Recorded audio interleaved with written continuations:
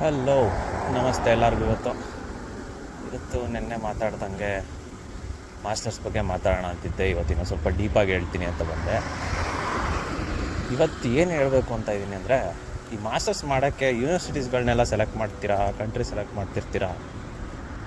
ಅದಕ್ಕಿಂತ ಮುಂಚೆ ಒಂದಷ್ಟು ಏನೇನು ನಿಮಗೆ ನೀವು ಕರೆಕ್ಟಾಗಿ ಕ್ಲಾರಿಟಿ ತೊಗೋಬೇಕು ಅನ್ನೋದಕ್ಕೆ ನೋಡಬೇಕಾಗಿರೋ ವಿಚಾರಗಳು. ಫಸ್ಟ್ ಬಂದು ಏನಕ್ಕೆ ಹೋಗ್ತಾ ಇದ್ದೀರಾ. ಎಲ್ಲರಿಗೂ ಗೊತ್ತು, ಯೂಶ್ವಲಿ ಮಾಸ್ಟರ್ಸ್ ಮಾಡೋಕ್ಕೆ ಹೋಗ್ತೀರಾ ಅಂತ ಅಂದರೆ ನೀವು ಹೋಗೋದೇ ಜಾಬ್ ಆಪರ್ಚುನಿಟಿ ಒಳ್ಳೊಳ್ಳೆದು ಸಿಗುತ್ತೆ, ಒಳ್ಳೆ ಪೇ ಇರುತ್ತೆ ಆಚೆ. ಅದೇ ಫ್ಯಾಕ್ಟ್. ಮೇಯ್ನ್ಲಿ 100% ಇಲ್ಲ ಅಂದರೂ ಅರೌಂಡ್ 95% ಆಫ್ ಜನ ಹೋಗ್ಬೇಕಾಗಿರೋರು ಅದೇ ಪ್ಲ್ಯಾನಲ್ಲೇ ಹೋಗೋದು. ಇದಿರುವಾಗ ನೀವು ಏನಕ್ಕೆ ಹೋಗ್ತಾ ಇದ್ದೀರಾ ಅಂತ ಗೊತ್ತಿರೋದು, ಅದ್ರ ಜೊತೆಗೆ ಯಾರೋ ಅಕ್ಕಪಕ್ಕ ಫ್ರೆಂಡ್ಸ್ ಹೋಗ್ತಿದ್ದಾರೆ, ನಾನು ಅಲ್ಲೇ ಹೋಗ್ತೀನಿ, ನನ್ನ ಫ್ರೆಂಡ್ ಮೆಕ್ಯಾನಿಕಲ್ ಮಾಡ್ತಿದ್ದಾನೆ, ಅವನೆಲ್ಲ ಹೋದ ಜರ್ಮನಿಗೆ, ಓಕೆ ನಾನು CS ಮಾಡಿದ್ದೀನಿ, ನಾನು ಅಲ್ಲೇ ಹೋಗ್ಬೋದೇನೋ, ಈ ಥರದ್ದೆಲ್ಲ ತಿರ್ಕೆ ಐಡಿಯಾಗಳು ಇಟ್ಕೊಳಕ್ಕೆ ಹೋಗ್ಬಿಡಿ. ಸ್ವಲ್ಪ ಯೋಚನೆ ಮಾಡಿ ಡಿಸೈಡ್ ಮಾಡಿ ಮಾಡುವಾಗ, ಓಕೆ ನನಗೆ ಈ ಪರ್ಟಿಕ್ಯುಲರ್ ಫೀಲ್ಡ್ ಇಂಟ್ರೆಸ್ಟ್ ಇದೆ ಓದೋಕ್ಕೆ, ಮಾಡೋಕ್ಕೆ, ಕಲಿಯೋಕ್ಕೆ, ಅದರಿಂದ ಒಳ್ಳೆ ಯೂನಿವರ್ಸಿಟಿಗಳೆಲ್ಲರೂ ಹುಡ್ಕಿದ್ರೆ ಹೋಗಿ ಓದಿ ಒಳ್ಳೆ ಕೆಲಸ ತಗೋತೀನಿ ಅಂತ ಆ ಥರದ್ದು ಇಂಟೆನ್ಷನ್ಸ್ಗಳು ಇಟ್ಕೊಳ್ಳಿ. ಸುಮ್ಮನೆ ಫ್ರೆಂಡ್ಸ್ ಹೋಗ್ತಿದ್ದಾರೆ, ಮನೇಲಿ ಹೇಳ್ತಿದ್ದಾರೆ ಇದಕ್ಕೆ ಅದಕ್ಕೆ ಅಂತೆಲ್ಲ ಹೋಗಕ್ಕೆ ಹೋಗ್ಬಿಡಿ. ಸೆಕೆಂಡ್ ಪಾಯಿಂಟ್ ಬಂದು ಯಾವ ಸಬ್ಜೆಕ್ಟ್ ಚೂಸ್ ಮಾಡಬೇಕು. ಇವಾಗ CS ಮಾಡಿದ್ದೀರಾ ಅಂತ ಅಂದರೆ ಒಂದಷ್ಟು ಸಬ್ಜೆಕ್ಟ್ಸ್ ಇರುತ್ತೆ, ಮೆಕ್ಯಾನಿಕಲ್ ಅವ್ರಿಗೆ ಒಂದಷ್ಟು ಇರುತ್ತೆ, ಆ ಥರ ಡಿಫ್ರೆಂಟ್ ಸೆಕ್ಟರ್ಸ್ಗೆ ಡಿಫ್ರೆಂಟ್ ಇರೋ ಸಬ್ಜೆಕ್ಟ್ಸ್ ಇರುತ್ತೆ. ಬಟ್ 2 ವರ್ಷ ನೀವು ಮಾಸ್ಟರ್ಸ್ ಮಾಡಾದಮೇಲೆ ಆ ಪರ್ಟಿಕ್ಯುಲರ್ ಮಾಡಿರೋ ಸಬ್ಜೆಕ್ಟು ಎಷ್ಟು ರಿಲೆವೆಂಟ್ ಇದೆ, ಸಬ್ಜೆಕ್ಟ್ಸ್ ಕೆಲಸಕ್ಕೆ ಆಗಲಿ ಇದಕ್ಕೆ ಆಗಲಿ ಎಷ್ಟು ರಿಲೆವೆಂಟ್ ಇದೆ ಅನ್ನೋದು ಇಂಪಾರ್ಟೆಂಟು. ಎಕ್ಸಾಂಪಲ್ಗೆ CS ತಗೋತೀರಾ ಅಂದರೆ data science, AI, cyber security, ಈ ಥರದ್ದೆಲ್ಲ ಸುಮಾರಿದೆ. ಅದ್ರ ಜೊತೆಗೆ ಎಲೆಕ್ಟ್ರಾನಿಕ್ಸ್ ಅಂದರೆ automotive field, embedded systems, VHDL, ಆ ಥರ.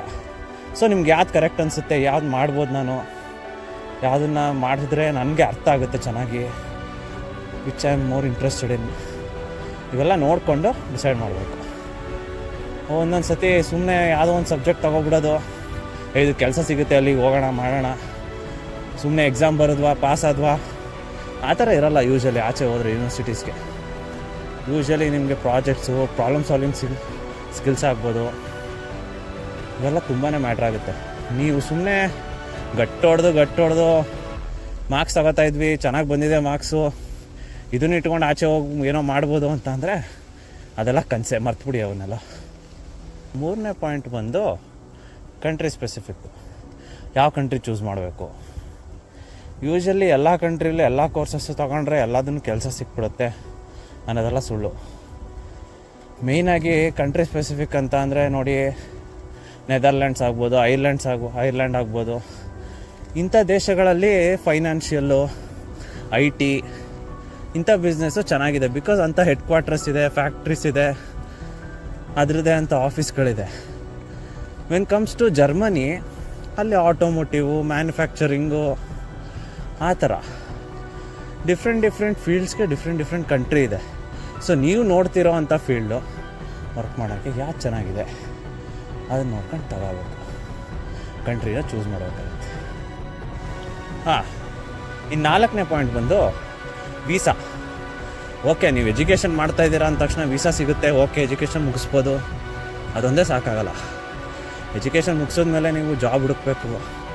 ಎಷ್ಟು ದಿನ ಇರುತ್ತೋ ಆಪರ್ಚುನಿಟಿ ಇರೋಕ್ಕೆ ಈ ಕಂಟ್ರೀಲಿ, ಅದೆಲ್ಲ ನೋಡಬೇಕಾಗತ್ತೆ. ಒಂದೊಂದು ಕಂಟ್ರೀಲಿ ಬರೀ 6 ಮಂತ್ಸ್ ಇರುತ್ತೆ, ಒಂದೊಂದು ಕಂಟ್ರೀಲಿ 2 ಇಯರ್ಸ್ ಕೊಡ್ತಾರೆ. It all depends on country, ಅವ್ರ ವೀಸಾ ರೂಲ್ಸು ಅದ್ರ ಮೇಲೆ ಡಿಪೆಂಡ್ ಆಗುತ್ತೆ. ಅದನ್ನು ನೀಟಾಗಿ ನೋಡ್ಕೋಬೇಕು. ಸುಮ್ಮನೆ ಯಾವುದೋ ಒಂದು ಕಂಟ್ರಿಗೆ ಹೋಗ್ಬಿಟ್ಟು ಎಜುಕೇಷನ್ ಮುಗಿಸೋಣ ಇದು ಮಾಡೋಣ ಅಂತೆಲ್ಲ ಆಗೋಲ್ಲ. ಬಟ್ ಎಕ್ಸಾಂಪಲ್ ನೋಡಬೇಕು ಅಂದರೆ ನೆದರ್ಲ್ಯಾಂಡ್ಸ್ ಎಲ್ಲ ಬೇರೆ ಯಾವುದೇ ದೇಶದಲ್ಲಿ ಮುಗಿಸಿದ್ರು ಮಾಸ್ಟರ್ಸು, ಆಲ್ ಓವರ್ ಯುರೋಪು, ಅವರು 1 ವರ್ಷ ಎಕ್ಸ್ಟ್ರಾ ಕೊಡ್ತಾರೆ ಮಾಸ್ಟರ್ಸು ಮುಗಿಸಿರೋರಿಗೆ. ಬನ್ನಿ ಜಾಬ್ ಹುಡುಕಿ ಬನ್ನಿ ಇಲ್ಲಿ, ಆ ಥರದ್ದೆಲ್ಲ ಅದು ಚೆನ್ನಾಗಿರುತ್ತೆ. ಇನ್ನು ಹುಡುಗರ ಫೈನಾನ್ಷಿಯಲ್ ಕಂಡೀಷನ್ ಬಂತು ಅಂದರೆ, ಫೈನಾನ್ಷಿಯಲಿ ನಾನು ಪ್ರಿಫರ್ ಮಾಡೋದು, ಮನೇಲಿ ದುಡ್ಡಿರಲಿ ಇಲ್ಲದೆ ಹೋಗಲಿ, ಮಿಡಲ್ ಕ್ಲಾಸ್ ಹುಡುಗರು ಲೋನ್ ತೊಗೊಂಡು ಹೋದ್ರೇ ಒಂದು ರೆಸ್ಪಾನ್ಸಿಬಿಲಿಟಿ. ನನಗೆ ಪರ್ಸ್ನಲಿ ಅನ್ಸೋದು. ನಿಮ್ಮ ಆಪ್ಷನ್ ಅದು. ಕೊಲ್ಯಾಟ್ರಲ್ ತೊಗೋಬೇಡಿ, ನಾನ್ ಕೊಲ್ಯಾಟ್ರಲ್ 1-2% ಇಂಟ್ರೆಸ್ಟ್ ಜಾಸ್ತಿ ಆದರೂ ಪರವಾಗಿಲ್ಲ, ಇಂಟ್ರೆಸ್ಟ್ ಕೊಡ್ತಾರೆ.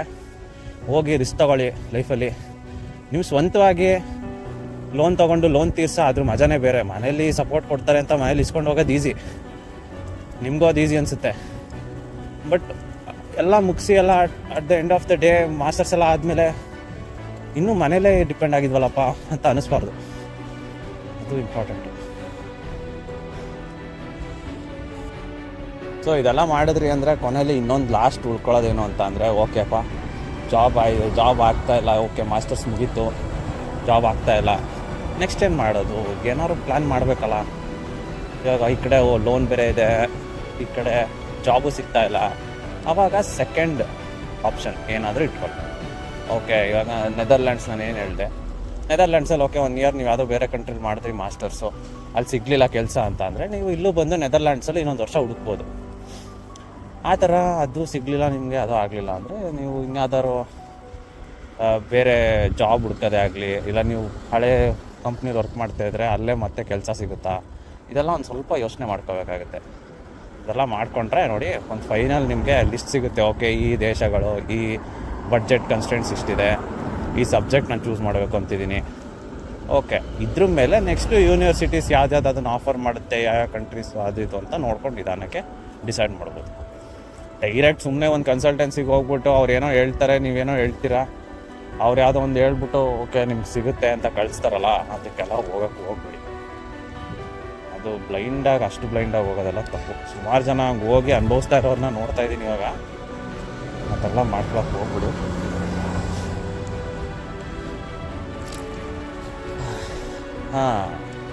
ಅದೇ ಹೇಳ್ಬೇಕಾಗಿದ್ದು ಇಷ್ಟೇ ನಂದು ಮಾಸ್ಟರ್ಸ್ ಬಗ್ಗೆ.